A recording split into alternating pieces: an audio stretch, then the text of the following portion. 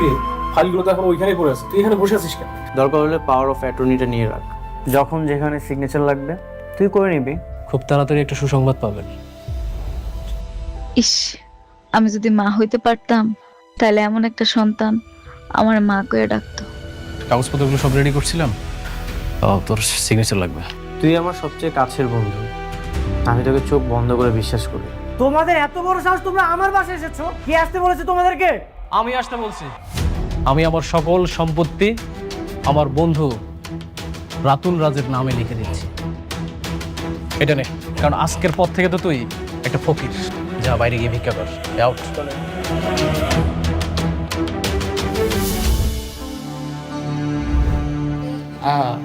আজকাল দেখি ভিক্ষুকরাও এইসব ড্রেস পরে ভিক্ষা করে। আচ্ছা যাই হোক, নে।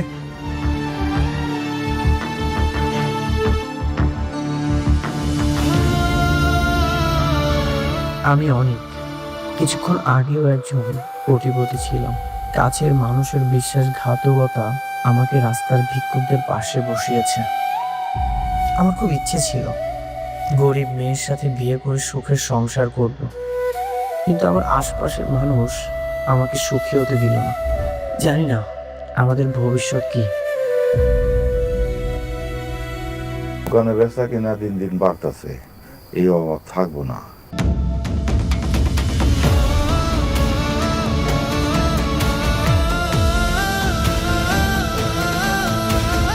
মেঘলা, মেঘলা, জি আব্বা। দেখ জামাই আসছে।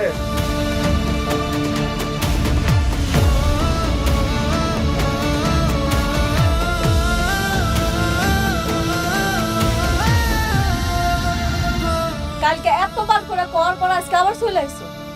নির্লজ্জ বেহায়া। আম্মা দেখছো কত বড় নির্লজ্জ? দেখছি, চুপ থাক।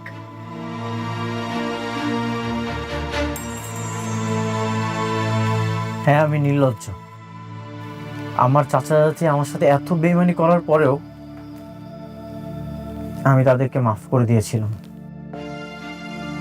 পরিশেষে আমার চাচা চাচি আমার বন্ধু রাতুলের সাথে যুক্ত হয়ে আমার সকল সম্পত্তি নিয়ে নিয়েছে।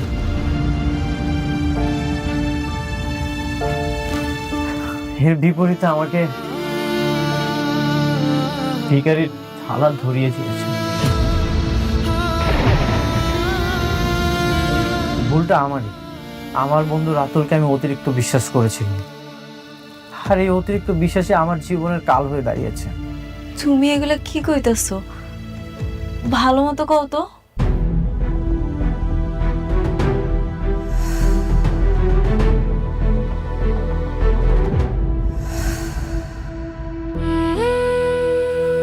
বাবা, মা, আমার এখন কোনো সম্পত্তি নেই।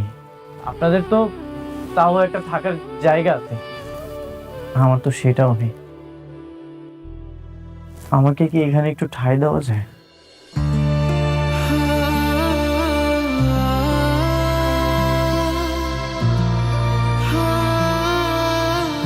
অনেক, তুমি এগুলা কি কইতাছো? আমগো সব বিপদে আপদে তুমি সব সময় পাশে ছিলা। এখন তুমি আমগো সাইডে কই থাকবা? তুমি আমগো কাছেই থাকবা। হ্যাঁ বাবা, তুমি কোনো চিন্তা করো না, আমরা তো আছি। বাবারে, তোমার আমরা টাকা পয়সা ধন দৌলত দেখে বিয়ে দিনে তোমরা আমার খোলার মতো ছিল, খোলার মতোই থাকবা, এই বাড়িতেই থাকবা। তোমার ওই বন্ধুরে তুমি একদিন ঠিক শিক্ষা দিবা। তোমার অনেক বড় হইতে হইব। মেঘলা, তুমি যদি আমার পাশে থাকো আমি সবকিছুর সাথে লড়াই করতে পারবো।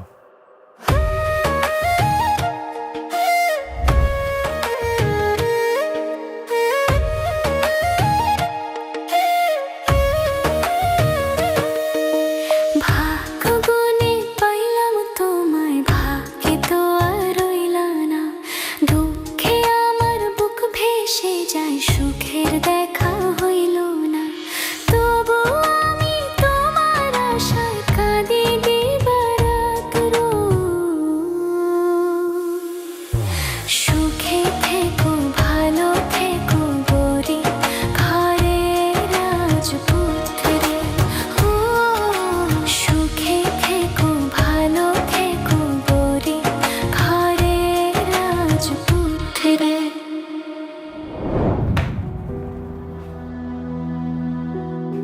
আপনারা?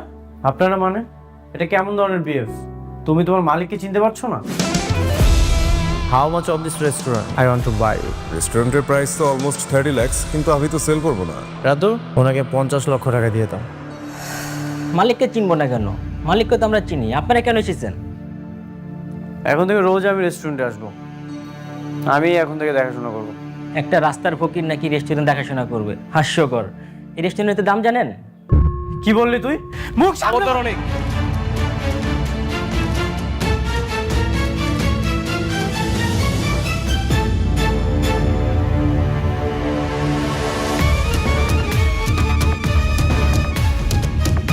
আমার স্টাফের গায়ে যদি তুই হাত তোলার চেষ্টা করিস না, সেই হাতটা আমি আস্ত রাখবো না।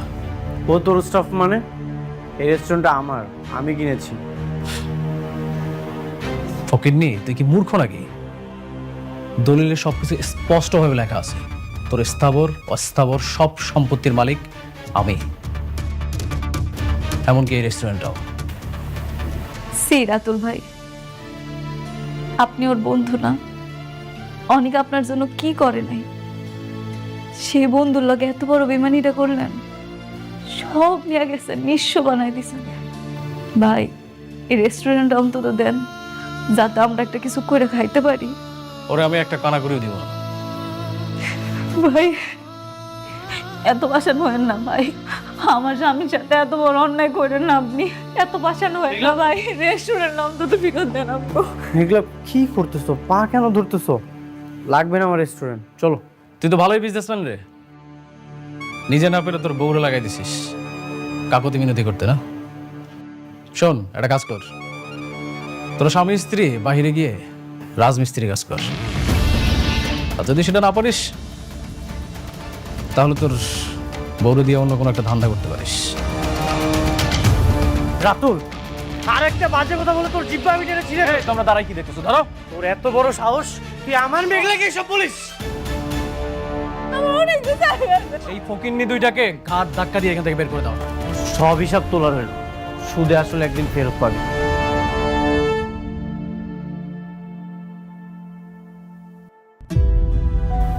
চিন্তা করো না, আজকে যা হয়েছে ভুলে যাও, দেখো আল্লাহ একটা ব্যবস্থা করে দিব।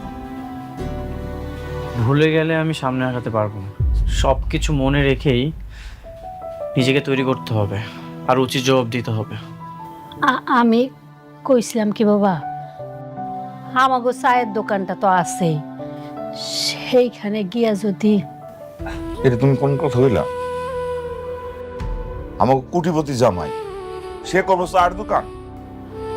কইছিলাম যতদিন কিছু না হয় আর কি। হইছে, আমাকে কোটিপতি জামাই ওই চায়ের দোকান ওটা করতে পারবো না। বাবা, আমি পারবো। আমি তো ছোট থেকেই বড় হয়েছি, কষ্ট করে বড় হয়েছি।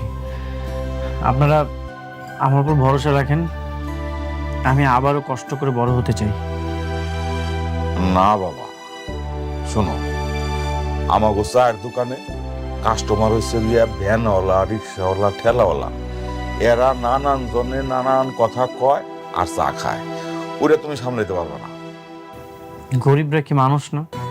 আমি যদি সবার সাথে মিশতে পারি তাহলে তো সবকিছু ঠিকঠাক হয়ে যাবে। বাবা, আমার কোনো সমস্যা নেই, আমি পারবো। সত্যি কি তুমি পারবা? দেখো, তোমরা যদি আমার পাশে থাকো, ইনশাল্লাহ আমার কোনো সমস্যা হবে না এই কাজে, আমি কাজটা করতে পারবো।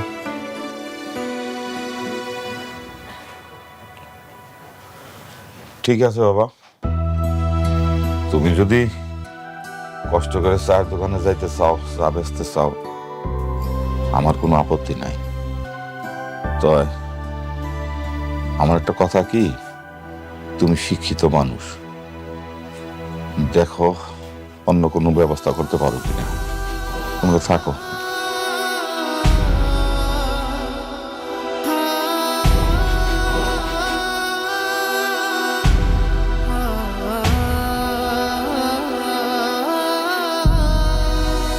তোমার অনেক কষ্ট হয়ে যাবে, তাই না? না না, কষ্ট হবে না। এর চেয়ে অনেক কষ্ট আমি ছোট থেকেই সহ্য করে এসেছি। সমস্যা নেই, দেখি কি করা যায়।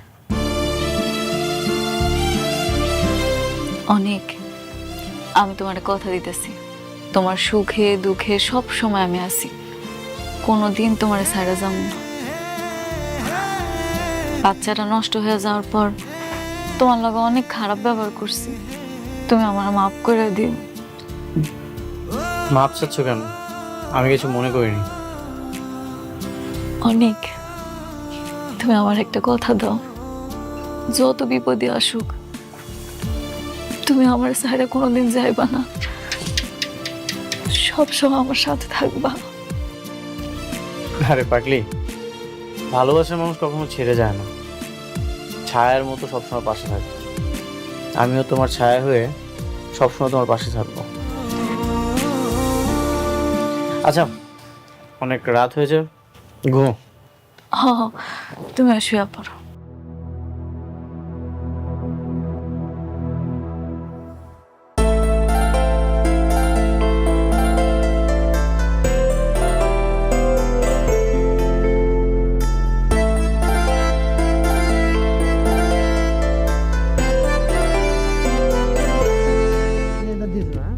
হ্যাঁ ভালো হইলো, বাজার ঘাট কিছু। দুটা চা দেন, এটা কিন্তু করইব। বসেন, দিচ্ছি। তোর ম্যানেজার কোথায়? কল হিম নাও। তোর চাকরি কিভাবে থাকে আমি সেটাই দেখবো। আরে কোটিপতি গাড়িওয়ালা দিয়ে ভাঙা দোকানে বসে চা বিক্রি করতেছে, কাহিনী কি? সেদিন থেকে ভালোই ভাব নিচ্ছিল, আজকে দেখি গরিব গোদানে চা বানাইতেছে। ভাই, বাড়তি কথা বলবেন না, বসেন, আমি চা দিচ্ছি। সকালের ধনী রে তুই, সন্ধ্যাবেলায় ফকির, কই গেল তোর টাকার অহংকার? আমরা তো তাও একটা চাকরি করি, সম্মান নিয়ে চলাফেরা করি। আপনারা এখান থেকে চলে যান, আপনাদের কাছে আমি চা বিক্রি করবো না। কেন ভাই, তোমাকে 2 কাপ চা বেচলে লাভ হইব না 5 টাকা? আমার মনে হয় ও একটা ফকির, যে আমার লোকে ভাবনার জন্য শার্ট কোট প্যান্ট গাড়ি ভাড়া করে লোক নিয়ে আসছিল। কি ঠিক না ফোটানি কোটিপতি? এই উঠেন আপনারা, সেদিন তো জুতা পেটা করিনি, আজকে কিন্তু জুতা পেটা করবো। এখনই আমার দোকান থেকে বের হয়ে যান। এই কাস্টমার খাবার কাছ থেকে চিনিস কে? এলাকা থেকে লোক একদম গেটি মেটি কিন্তু ভাঙ্গালা মারতে চিনিস? দোকানদারের একটা অপমান করস, তোর তো সাহস কম বড় না? এই কলতে তো ভাই ভাই আজকে পিটা মুচ্চা মতো। এই কিসে? এই আপনার আমার জামার সাথে খারাপ ব্যবহার করতেছেন কেন? হ্যাঁ, জানেন ওকে? ও কত বড় লোক, কত কোটিপতি। হ্যাঁ রে, তুই যদি বড় লোক হইতো তাহলে এই চায়ের দোকানে বসে আছে কেন? ওই ছেলে অফিসেই তো বসে থাকতে পারতো। ওই যে দেখো না, ওই যে এসি বাতাস আইতাছে। আমি কি করবো না করবো সেটা একান্ত আমার ব্যক্তিগত ব্যাপার। যা এখন আমার দোকান থেকে বের হয়ে যা। কাস্টমারের লগে এমন খারাপ ব্যবহার করলে 2 দিন পর ভিক্ষের থালা আছে না, নিয়ে রাস্তায় নামতে হবে। এই চল, ওর দোকানে চা খাবো না, চল তো।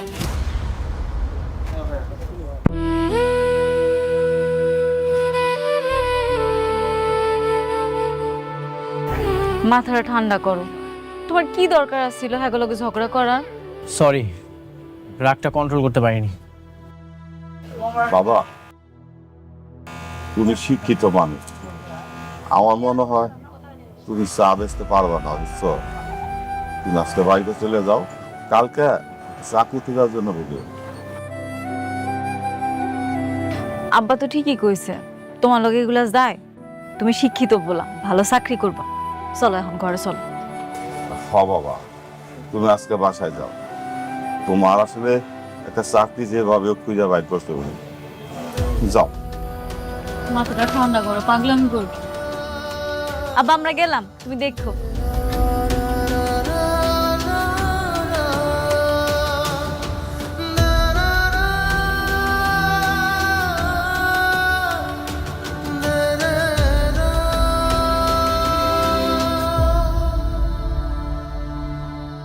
হায় আল্লাহ, আমার জামাইটার একটা ভালো চাকরির ব্যবস্থা করে দাও। কই যাবেন? অফিসে যাব, একটা চাকরির বিজ্ঞাপন দেখেছিলাম। আর কোন চাকরি হবে না, লোক না হয়ে গেছে। লোক নেওয়া হয়ে গেছে? আচ্ছা, আমি ভিতরে যে স্যারের সাথে একটু কথা বলি। বললাম না লোক নিবেন না, বাংলা কথা বুঝেন না, যান এখান থেকে।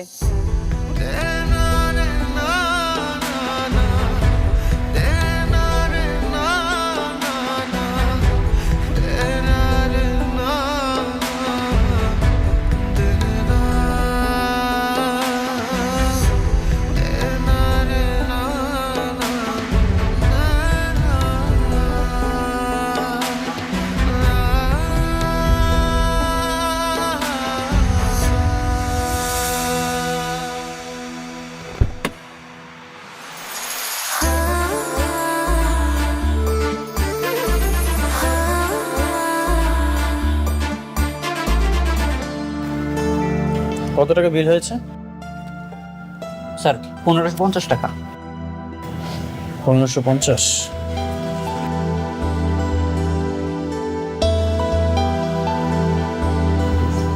স্যার কার্ড তো কাজ করছেন। কি বলতেছেন কার্ড কাজ করছে না? মানে আপনি আরেকবার একটু ট্রাই করে দেখেন। আমি ভালো করে চেক করেছি, সম্ভবত আপনার কার্ডে টাকা নেই অথবা কার্ড লক। আপনি এক কাজ করেন, ক্যাশ টাকা দেন। আচ্ছা, আমার কাছে তো ক্যাশ টাকা নেই, আমি আরেকটা কার্ড দিচ্ছি, এটা একটু ট্রাই করে দেখেন।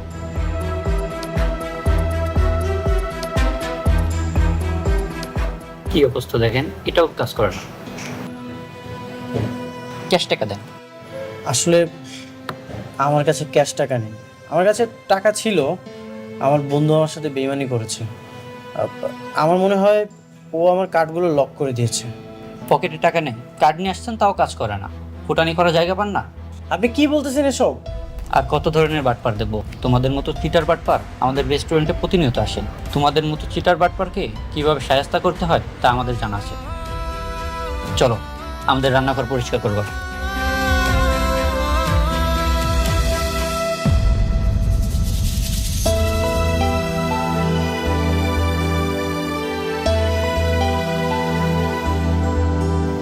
আরে তুমি বৃষ্টি, শালা ফকির, টাকা না থাকলে বড় রেস্টুরেন্টে খাইতে আসবে না, টাকা না থাকলে রাস্তায় বসে জোট খাবার খাবি।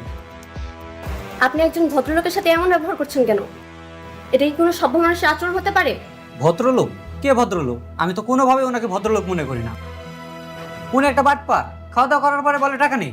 আপনার বিল কত হয়েছে? 1550 টাকা।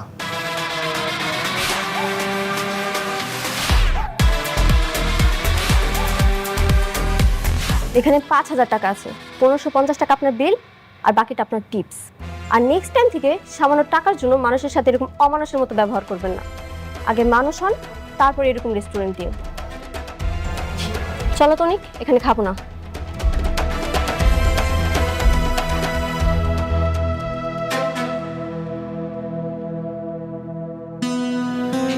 সব কিছু ঠিক চলছিল, কিন্তু আমার খুব কাছের একটা বন্ধু আমার সাথে বেইমানি করেছে, আর সেটার জন্য আজ আমার এই পরিস্থিতি। চিন্তা করো না, তুমি খুবই ট্যালেন্টেড একজন মানুষ। আমার বিশ্বাস খুব তাড়াতাড়ি তুমি আবার মাথা তুলে দাঁড়াবে। আচ্ছা, আমার কথা বাদ দাও, তোমার কি অবস্থা বলো? তোমার হঠাৎ পায়ের এমন সমস্যা কিভাবে হলো?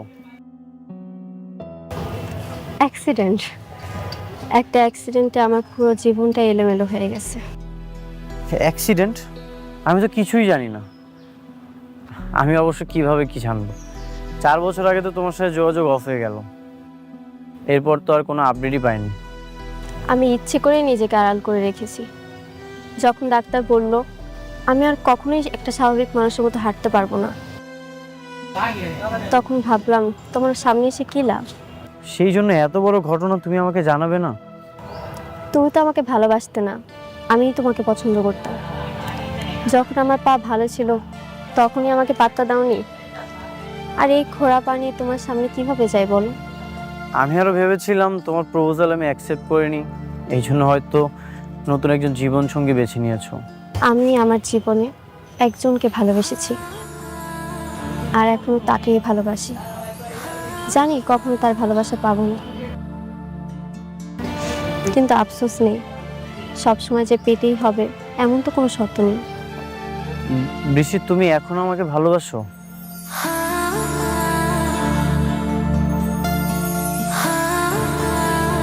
আচ্ছা যাই হোক, তুমি তো জানোই আমার বাবাও তোমার মতো রিয়েল এস্টেটের বিজনেস করে অনেক আগে থেকেই। বাবার ভিজিটিং কার্ডটা দাও তো।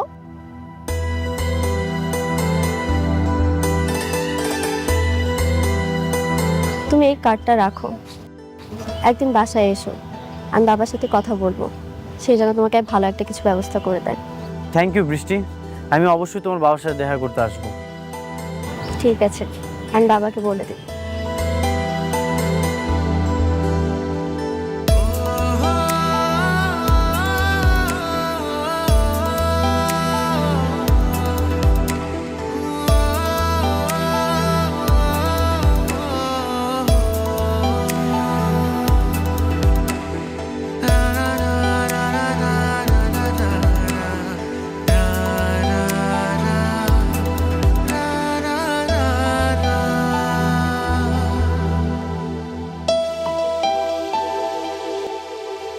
আল্লাহ সব বিপদ একসাথে আমার ঘাড়ে এনে ফলাইলো। এখন আমি এত টাকা কোথায় থেকে জোগাড় করুম? তোমাকে জামাইয়ের বন্ধু যদি বেইমানি না করতো তাহলে তো আজকে এই দিন দেখা লাগতো না। হ, এইটাই তো চিন্তা করতেছি।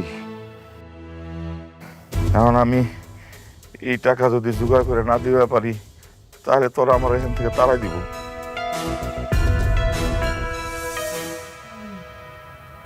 বাবা, কে আপনাদেরকে তাড়িয়ে দিবে? আর এত টেনশনের মধ্যে আছেন যে? আর কইও না, আজকে কিছু মাস্তান আইছিল টাকা নিতে। কিসের টাকা? কিসের টাকা আবার? মাস্তান রাইছে মাস্তানি করতে, অগো টাকা না দিতে পারলে আমাকে বস্তি থেকে খেদাই দিব। আরে কথা আছে না, জোর যার মুল্লুক তার। এখানে আমাকে নরম পাইছে, এলিগা চাঁদা নিতে আইছে। টাকা দিতে হবে, এটা কি মগের মুল্লুক নাকি? বাবারে, মগের মূল্য না হইল ওরা মগের চেয়ে তো খারাপ মানুষ। অবস্থাতে এত সহজে পারা যাবে না। যেভাবেই হোক ওকে টাকা জোগাড় করে দিতে হবে, আর নইলে আমাকে এখান থেকে চলে যেতে হবে।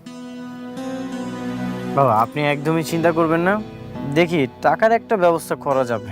কি তুমি কি কইতেছো? এমন অবস্থায় তুমি এত টাকা পাইবা কই?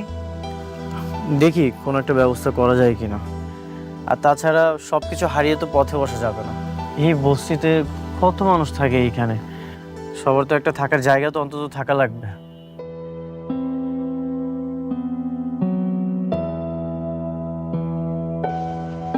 কালকেই বৃষ্টির বাবার সাথে দেখা করতে হবে।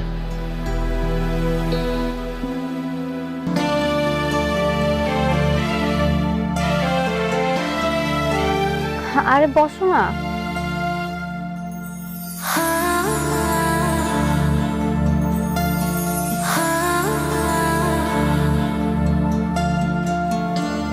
আব্বু,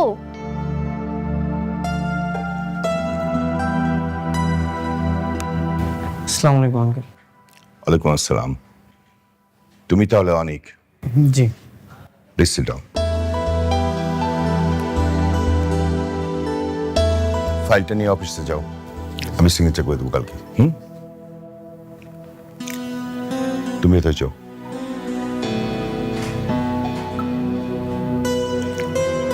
তাহলে তুমি সেই ছেলে যার জন্য আমার মেয়ে দিনের পর দিন মন খারাপ করে অপেক্ষা করছে? আসলে আঙ্কেল, আমি জানি তোমার বিষয়ে, আমি সবকিছুই জানি। আমার মেয়ে তার মনের কথা সবকিছু আমাকে শেয়ার করে। এমনকি তুমি যে নিজের বিজনেস হারিয়েছ, বন্ধুদের দ্বারা প্রতারিত হয়েছ, এটাও কিন্তু আমি জানি। আপন জনেরা যদি বেইমানি করে তখন তো আর কিছুই করার থাকে না।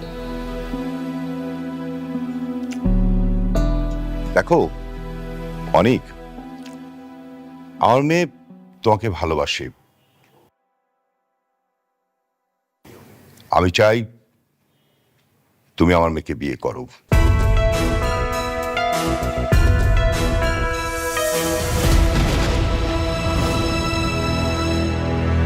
আমার এত বড় বিজনেস, বাড়ি, সবকিছু আমার মেয়ে বৃষ্টির নামে।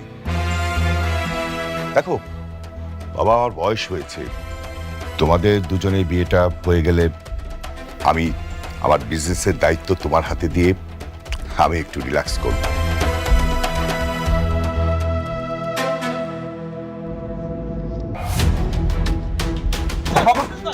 একদম কথা বলবি না, 1 ঘন্টার মধ্যে বস্তি খালি করবি। অনেক আব্বা জানি কেমন করতেছে, একটু তাড়াতাড়ি আও, তাড়াতাড়ি আও। ওনার হার্টের 3টা ব্লক ধরা পড়েছে, ইমিডিয়েটলি রিং করাতে হবে। কত টাকা লাগবে? অ্যারাউন্ড 4 লাখ টাকার মতো তো লাগবে। হ্যাঁ চাচা, আপনি তো আমার সব সম্পত্তি নিয়ে গেছেন। চাচা, আমাকে মাত্র 4 লক্ষ টাকা দেন, না হলে মেঘলার বাবাকে বাঁচাতে পারবো না। চাচা ভাই, ভাই আমি তোর পায়ে ধরতেছি ভাই, তুই আমাকে মাত্র 4 লক্ষ টাকা দে, আমি সব টাকা পরিশোধ করে দেবো ভাই। সব ব্যবস্থা হয়ে গেছে, তুমি ডাক্তারকে বলো আমি টাকা নিয়ে আসতেছি। আলহামদুলিল্লাহ। আমি চাই তুমি আমার মেয়েকে বিয়ে করো, তুমি সবকিছু পেয়ে যাবে। ঠিক আছে আঙ্কেল, আমি বিয়েটা করবো।